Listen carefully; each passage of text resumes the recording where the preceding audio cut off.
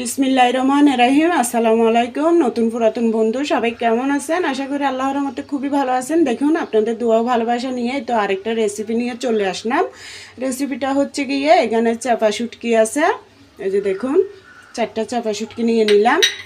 আর এখানে চিংড়ি মাছ নিয়ে নিছি কিছুটা।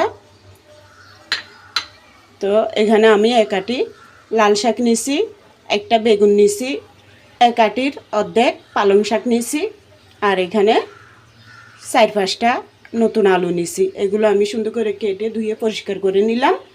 তো বন্ধুরা, আমি চাপা শুটকি আর চিংড়ি মাছ দিয়ে লাল শাক, পালং শাক, বেগুন, আলু দিয়ে সুন্দর একটা রেসিপি করব। আপনারা আমার সাথে থেকে এই সুন্দর রেসিপিটা দেখে নিন। খুবই স্বাদ হয়, খুবই ভালো হয় খেতে। তাই আপনাদের সাথে আমি এই নতুন রেসিপিটা করার জন্য চলে আসলাম। তো চলুন আমরা রান্নাটা শুরু করি। সয়াবিন তেল দিয়ে দিয়েছি স্বাদ অনুযায়ী, মানে যতটুকু দেওয়ার প্রয়োজন হয় অতটুকু। এরপর আমি একটা বড় রসুন থেতো করে দিয়ে দিচ্ছি। রসুনটা আমি আগে একটু লাল লাল করে নেব। রসুনটা লাল লাল হওয়ার পরে এই যে আমি পেঁয়াজ কুচি দিয়ে দেব। এখানে পেঁয়াজের কলি সহ আছে। এটা ঘরে আনছিল, ঘরে রাখতে রাখতে ধরেন বেশি তো পেঁয়াজ আনছে, 10 কেজির থেকেও বেশি। তাই এখানে রাখার কারণে পেঁয়াজের পাতা ফুটে গেছে। তো এগুলো শুধু পেঁয়াজের সাথে দিয়ে দিলাম। তো পেঁয়াজটা একটু ভাজা হওয়ার পরে এখন আমি এই যে চাপা শুটকিগুলো দিয়ে দেব। বন্ধুরা, আমরা তো চট্টগ্রাম ভাষায় এটাকে ফাঁসিয়া শুটকি বলি। তো দিয়ে দিলাম, ভালো করে এর আগে ধুয়ে নিছি। এটা একটু তেলের মধ্যে ভেজে নেব। আর কাঁটাগুলো, মাঝখানের কাঁটাটা ফেলে দেব তুলে। এই তো বন্ধুরা, কাঁটাটা তুলে ফেলে দিচ্ছি। এটা একটু ভেজে নেওয়ার পরে চাপা শুটকিটা পেঁয়াজ আর রসুনের সাথে এখন আমি স্বাদ অনুযায়ী লবণ, আধা চামচ মরিচের গুঁড়ি, 4 চামচ ছোটোগুলোয়, আর 1 চামচ হলুদের গুঁড়ি, 1 চামচ থেকে কম আছে হলুদের গুঁড়ি, আর ধনে আর জিরা বাটা এটাও আধা চামচ থেকে কম। হলুদ সর্ষেটা 1 চামচ আস্ত নিয়ে, আর কাঁচামরিচ 20টা দিছি। দেওয়ার পর এগুলো আদা পিসা করে নিছি, সর্ষে আর কাঁচামরিচটা। তো এগুলো আমি দিয়ে দিলাম। চুলা আস্তে করতে যাইয়ে একদম চুলাটাই বন্ধ হয়ে গেছে। এখন আগে চুলাটা চালিয়ে দিই। তো এখন আমি আবারও মশলাটা একটুখানি সামান্য করে ভেজে নেব। 30টা দিয়ে একটু পানি দিয়ে দিলাম। তো বন্ধুরা, মশলার সাথে একসাথে চিংড়ি মাছটাও ভেজে নেব। তো এখন আমি 1 মিনিট পরে এটা আলুটা দিয়ে দিলাম। আলুটা একসাথে একটু ভেজে নিই। আলুটা একটু সময় লাগে তাই আগে দিলাম।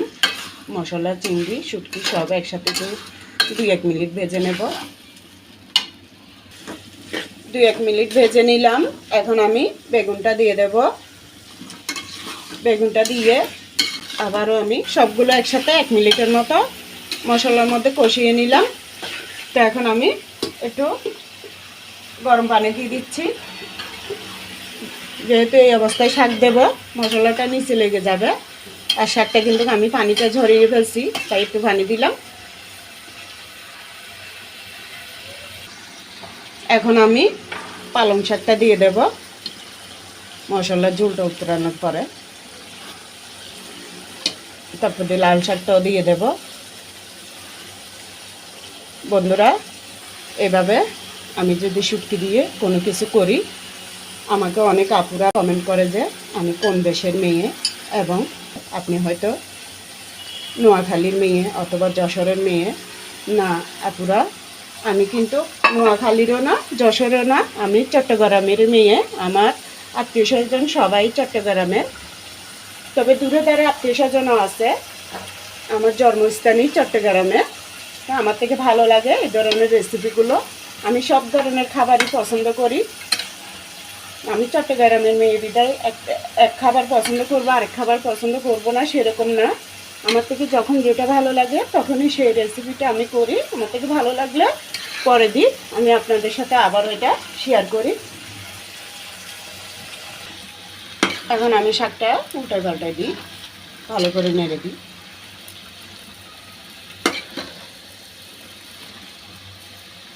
তো বন্ধুরা, আপনাদের থেকে এই নতুন রেসিপিটা কেমন লাগছে আমাকে কমেন্টে জানাবেন। পুরাতন বন্ধুদেরকে অসংখ্য ধন্যবাদ সবসময় ভালোবাসা দিয়ে আমার পাশে থাকার জন্য।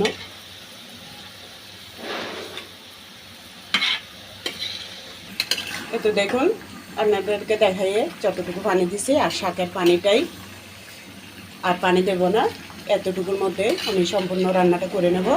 প্রথমে মশলা কষানো, আলু কষানো, বেগুন কষানো এগুলো মাঝারি আঁচ থেকে অল্প আঁচে করে নিছি, আর এখন একটু জুড়ো করে দিছি যাতে পানিটা তাড়াতাড়ি শুকিয়ে যায়। যেহেতু শাক আর দুইটা পালং শাক আর লাল শাক হতে তেমন দেরি হয় না।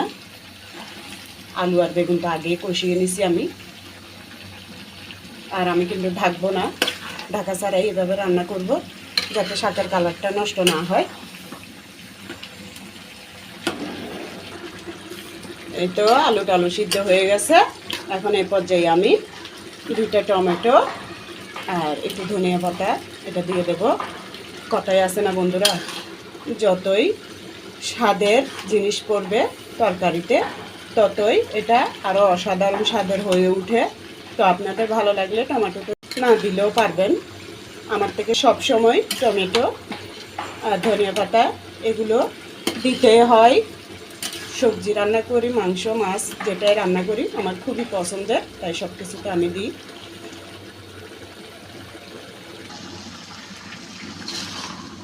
এই তো বন্ধুরা আমার শাকটা হয়ে গেছে। আমি শাকটা দেওয়ার পরে এভাবে 7-8 মিনিট ধরে কিছুক্ষণ পর পর নেড়ে নেড়ে রান্না করে নিলাম সম্পূর্ণ। তো চিংড়ি মাছ চাপা শুটকি দিয়ে লাল শাক পালং শাকের এরকম একটা রেসিপি আপনাদের কেমন লাগলো জানি না। তো বন্ধুরা, নতুন বন্ধুরা যদি দেখে থাকেন অসংখ্য ধন্যবাদ। যদি একটু হলেও ভালো লেগে থাকে আমার এই রান্নাগুলো, তাহলে নতুন বন্ধু হয়ে আমাকে ভালোবাসা দিয়ে আমার রান্নার পাশে থাকবেন। আমি ইনশাল্লাহ আপনাদের পাশে থাকবো, দোয়াও ভালোবাসা দিয়ে এবং নতুন বন্ধু হয়ে। তো দেখুন আমি কিন্তু ঢাকনা একটুও দিই নাই। শাকের কালারটাও দেখুন, এতক্ষণ পর্যন্ত 8-9 মিনিট পর্যন্ত আমি রান্না করলাম শাকটা দেওয়ার পরে। তারপরেও কত সুন্দর কালারটা, একটুও কালার নষ্ট হয় নাই। আমি কোনো ফিল্টার ইউজ করি না। তো আমি এতটুকুর মধ্যে রাখবো, আর ঝোলটা শুকাবো না। অবশ্যই এটা চুলা বন্ধ করে দিলে দেখবেন আর একটু ঘন হয়ে যাবে। সবাই ভালো থাকবেন। আল্লাহ হাফেজ। আসসালামু আলাইকুম।